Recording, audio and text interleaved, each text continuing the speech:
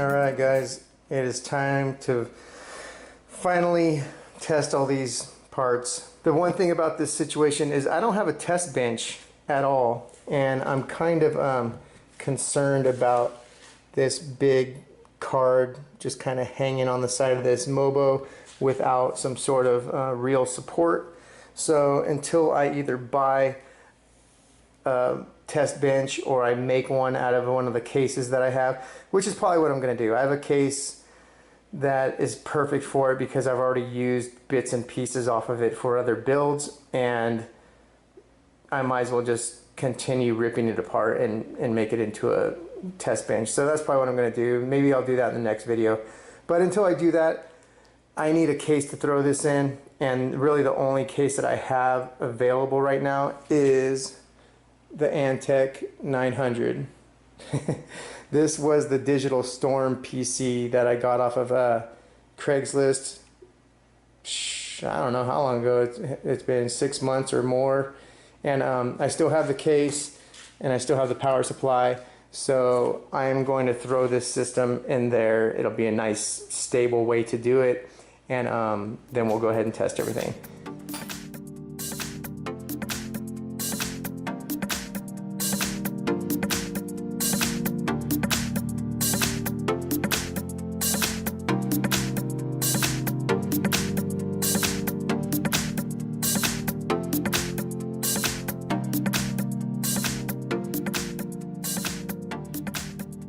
So this PC is pretty much a mess right now, but everything's plugged in.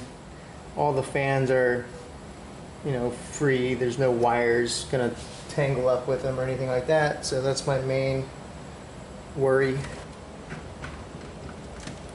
Alright, let's turn this mother on. Hopefully I got the power hooked up properly. The fans spin up.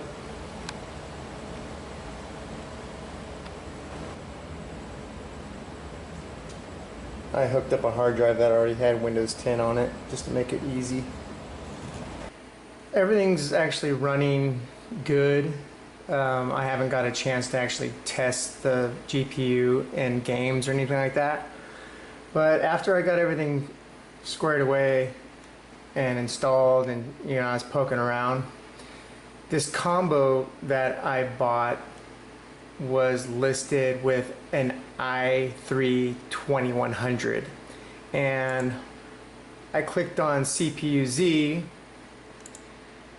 and I was very freaking disappointed because it has a Celeron G530 in it. It's not that big a deal, I guess. I messaged the guy. It's been almost 2 months since I bought this ITX, and I messaged him on eBay, and he just said, "I'm sorry for the inconvenience.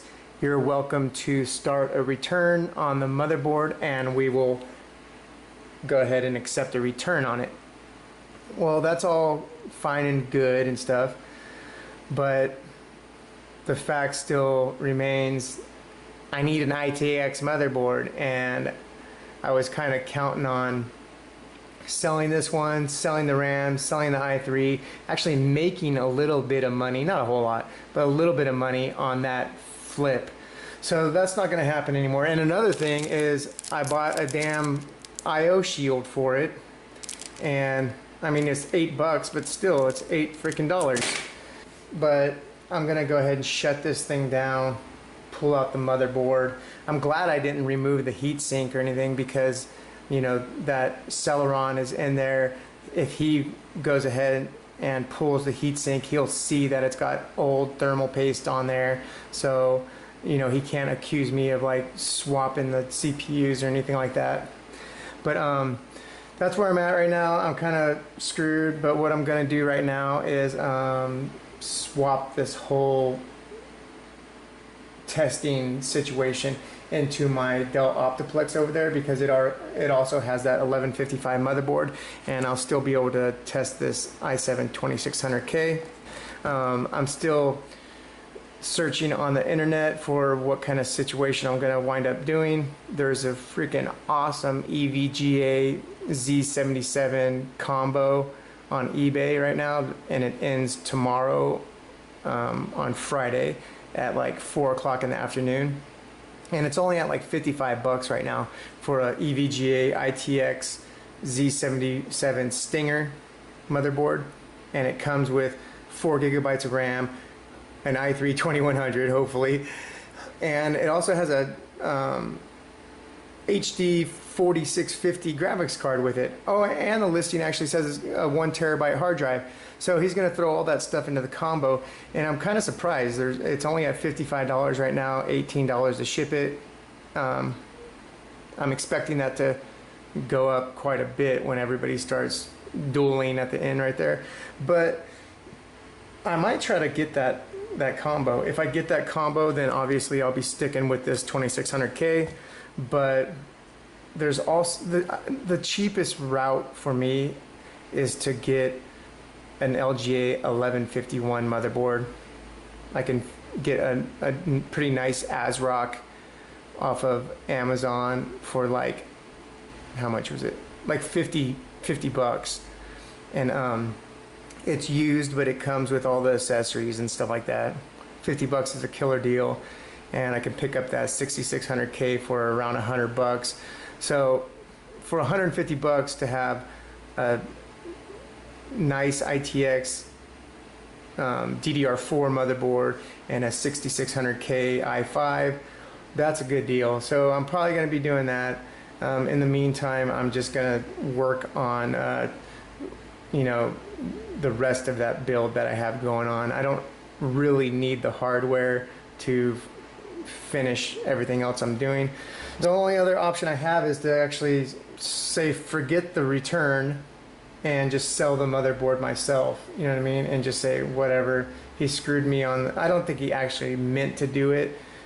He responded so quickly and professionally that I think it was an honest mistake. Like, he listed it with the i3, but it had the Celeron in it, and I really don't believe it was intentional.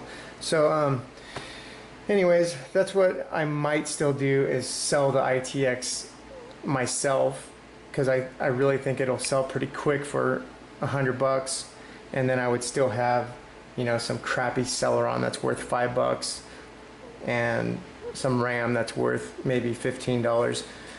So let's go ahead and shut this down, and we're going to transition over to the Dell with the 1155 motherboard in it and test this i7